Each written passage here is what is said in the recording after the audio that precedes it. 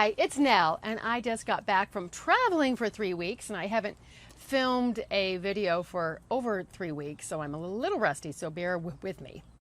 But you might be seeing something chewing on your bougainvillea, and you're wondering what it is. Not like little nibbles, but big chomps, like really disfiguring the foliage. So there are a few choices, actually 3 that I know of, 3 possibilities of what it might be. And I'm going to tell you what they are and what you can do about them. So stick around for this dilemma you might be having with your bougainvillea.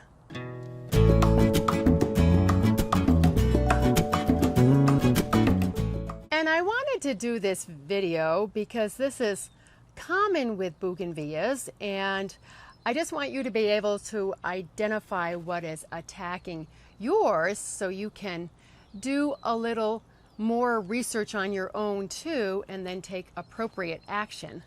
And as usual, there is a blog post to go along with this video.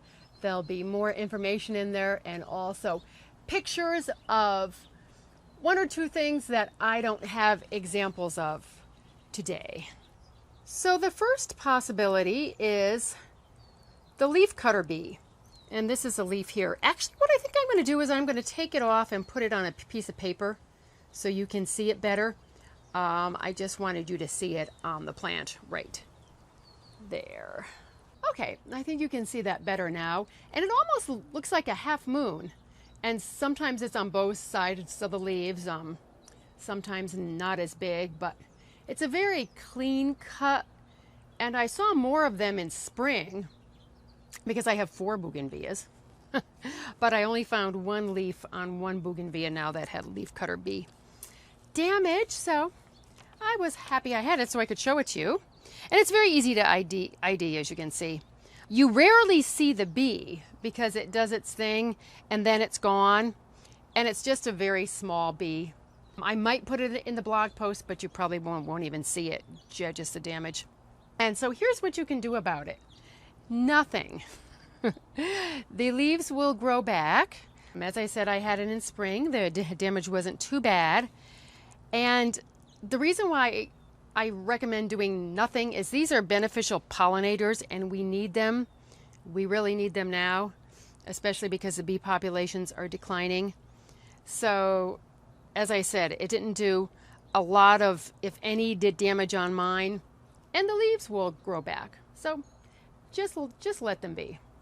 So, the next thing I'll be talking about are caterpillars, and damage from caterpillars looks similar. There are many different kinds of caterpillars that attack all kinds of plants, but I'm going to refer to 2 of them that I know of anyway, that I have experience with, that like to eat away, chomp away, attack bougainvilleas.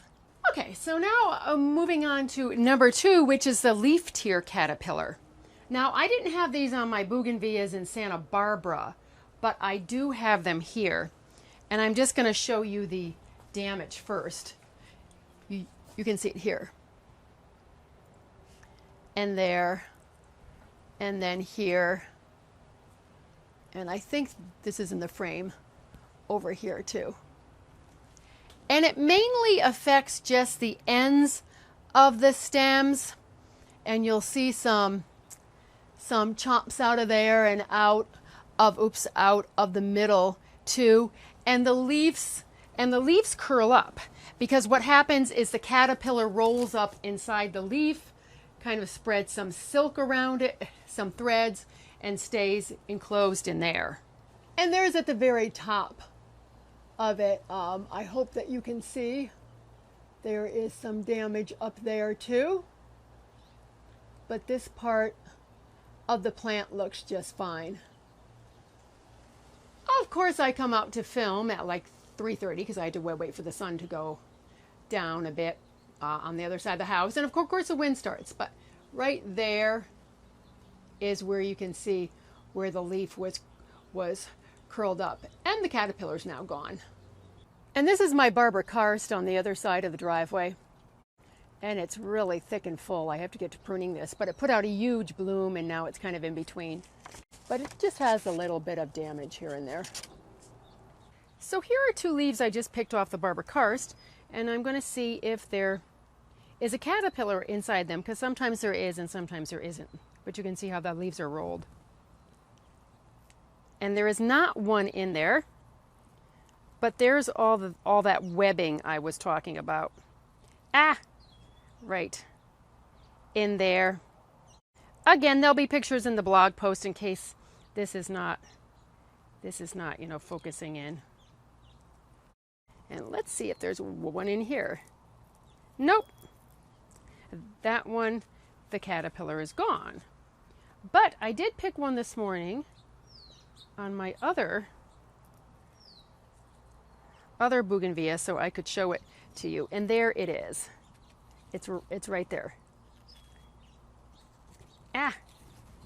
Right. Ah. Go, go, go.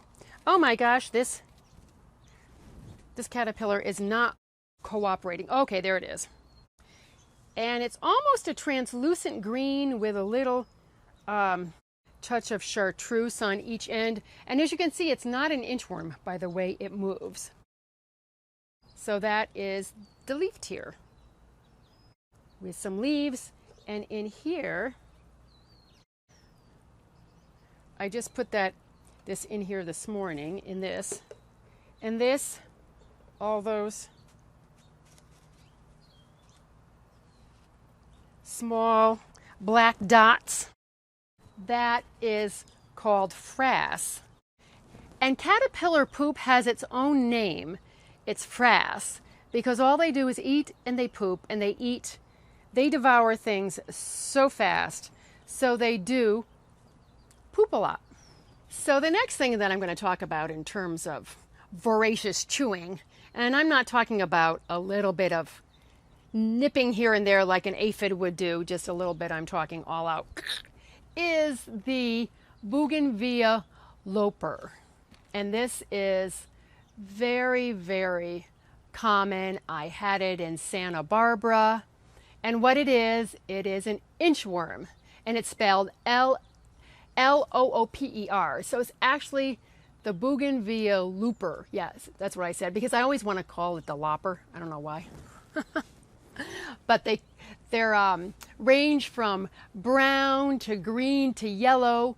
Mine just happened to be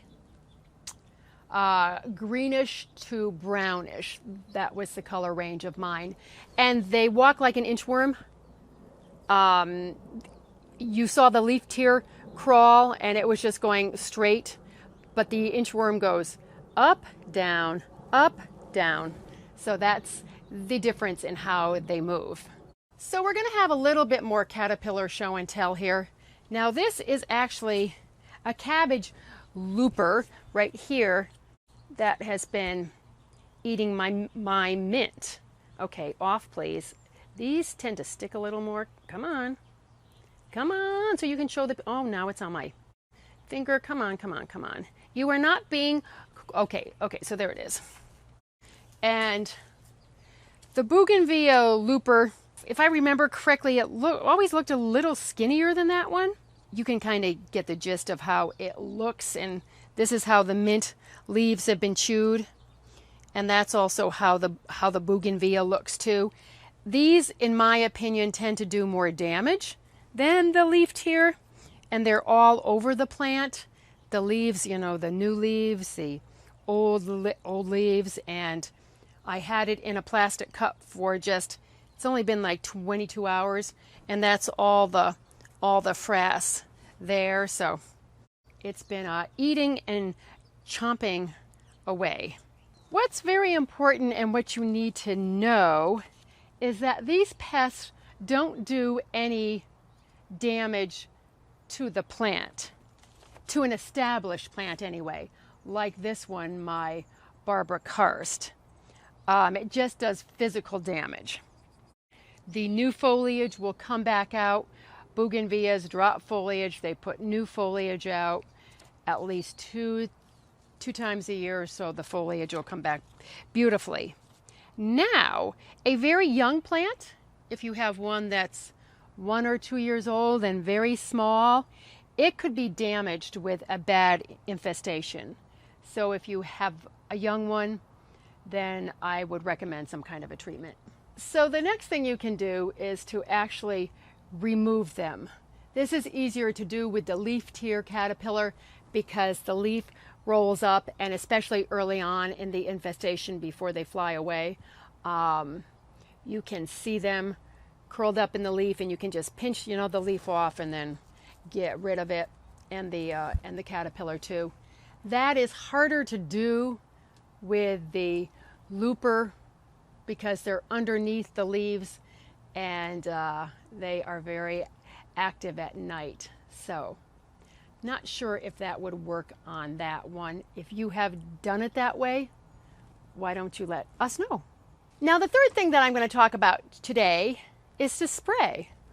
And the best thing, in my opinion, is called BT.